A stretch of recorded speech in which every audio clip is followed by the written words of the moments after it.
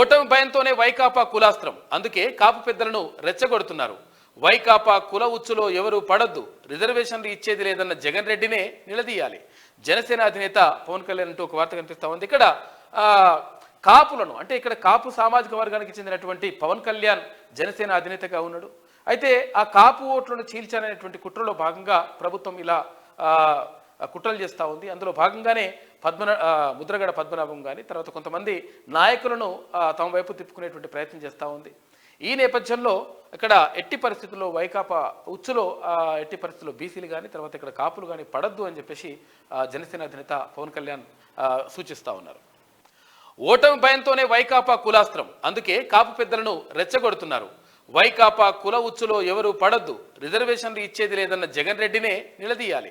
జనసేన అధినేత పవన్ కళ్యాణ్ అంటూ ఒక వార్త కనిపిస్తా ఉంది. ఇక్కడ కాపులను అంటే ఇక్కడ కాపు సామాజిక వర్గానికి చెందినటువంటి పవన్ కళ్యాణ్ జనసేన అధినేతగా ఉన్నాడు. అయితే ఆ కాపు ఓట్లను చీల్చాలనేటువంటి కుట్రలో భాగంగా ప్రభుత్వం ఇలా కుట్రలు చేస్తూ ఉంది. అందులో భాగంగానే ముద్రగడ పద్మనాభం కానీ తర్వాత కొంతమంది నాయకులను తమ వైపు తిప్పుకునేటువంటి ప్రయత్నం చేస్తూ ఉంది. ఈ నేపథ్యంలో ఇక్కడ ఎట్టి పరిస్థితుల్లో వైకాపా ఉచ్చులో ఎట్టి పరిస్థితుల్లో బీసీలు కానీ తర్వాత ఇక్కడ కాపులు కానీ పడద్దు అని చెప్పేసి జనసేన అధినేత పవన్ కళ్యాణ్ సూచిస్తూ ఉన్నారు.